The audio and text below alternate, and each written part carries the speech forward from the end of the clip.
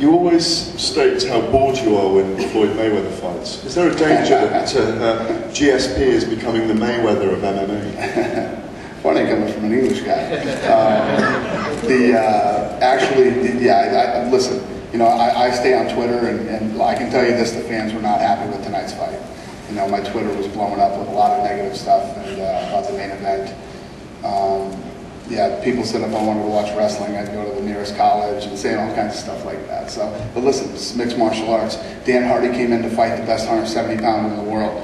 When you show up to fight him, you better have some takedown defense. Tough, stayed out of submissions. You know, there was no secret that Dan Hardy was not, George St. Pierre was not going to stand up with Dan Hardy. That was not a secret. George's plan was to come in, take him down to the ground, and beat him where he thought he was stronger. But Dan was tough. But you got to have takedown defense.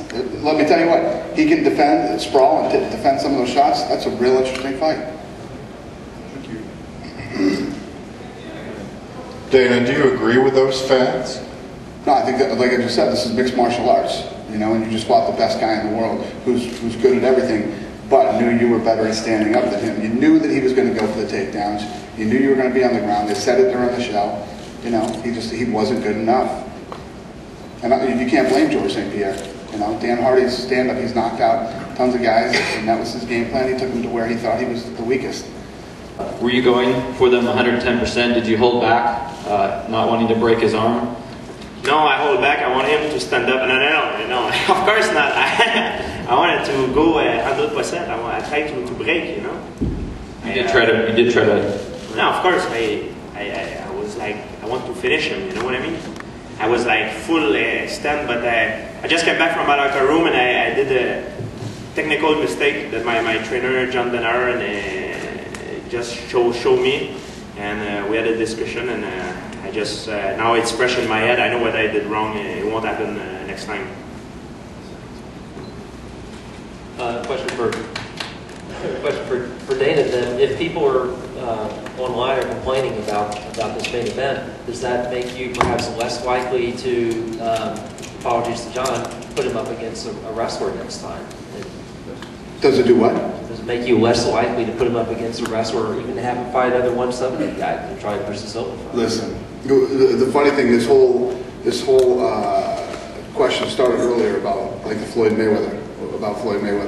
Let me tell you what. Every one of Floyd Mayweather's fights are like that. You know what I mean? Sometimes in this sport, you're going to have to, listen, not every fight on the card is going to be the greatest fight in the world. It's not going to be the greatest fight you've ever seen. It happens sometimes. But we have a big enough card where there were some great fights tonight. You know, so you don't turn off your TV and you're completely disappointed. Like, man, the whole night sucked. UFC 33 is the only one I can remember where every fight sucked.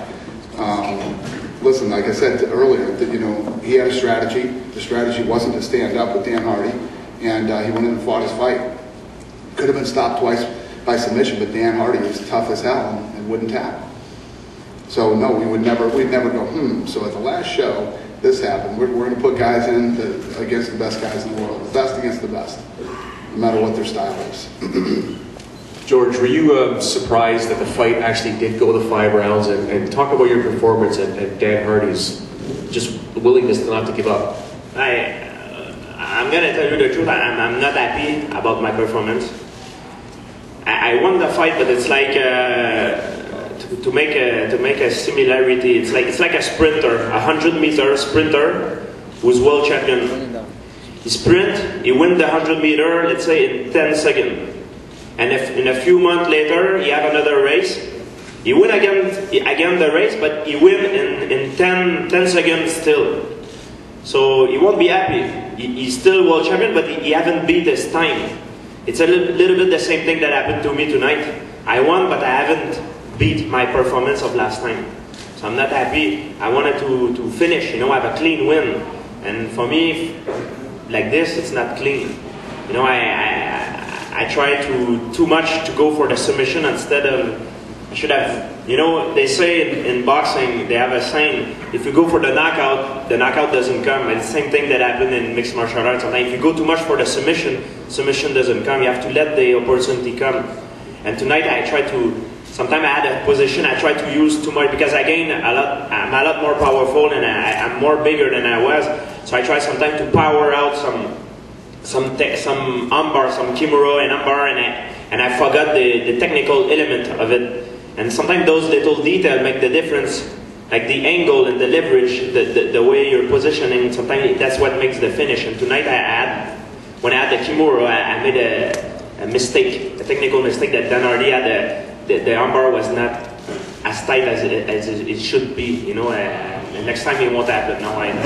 But we've been singing the praises of Dan Hardy for about 45 minutes now, and what did he do in the fight other than survive? Yeah, no, it's true. Here's the thing. Yeah. What you got to understand is George St. Pierre is one of the best in the world. Right. You know, people are putting him in contention for you know, pound for pound best in the world with Anderson Silva. Me, I personally, it's a 100% fact. GSP, I mean, Anderson Silva is pound for pound the best fighter in the world. Period. End of story. But there's a lot of people who argue with me and think that George St. Pierre might be. So for Dan Hardy to go in, you know, Dan Hardy came in an 8-1 underdog. So when you're an 8-1 underdog, you know what that means? You're going to get fucking destroyed. That's what that means. When guys set their line at 8-1, you know, you don't see that anymore. You used to see 8-1 odds in a fight in Mike Tyson fights. You don't see that anymore. And to go in an 8-1 underdog and to do what he did, you know, the kid's got to learn some takedown defense, and he's a serious contender with anybody at the 170-pound division. But does it say anything about how you know, GSP wants to stay at 170, but you know, here he is, you know, he did dominate this fight. Yep. And then Thiago Alves, as you say, you know, has takedown defense, but you know, when he fought GSP, it was the same fight as tonight. Yeah. GSP took him down 10 times. George St. Pierre, I don't know when it happened or how it happened, has become a world-class wrestler. He's become a world-class wrestler. And guess what? He chews up wrestlers and spits them out like crazy. Because usually the guys who have a real good wrestling base, that's what they live off that. You know what I mean? They can't be taken down, and they always get the takedown. They're good in the scramble.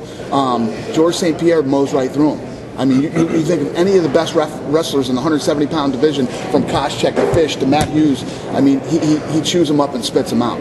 So if you go in there and you're Dan Hardy and you got great stand-up and your ground is good and you have no takedown defense or no sprawl, even if you got a great one, George St. Pierre is the man. You know, he didn't have the best-looking fight tonight. It wasn't the most exciting fight in the world, but he showed his dominance again, and you know, against a kid who came to fight.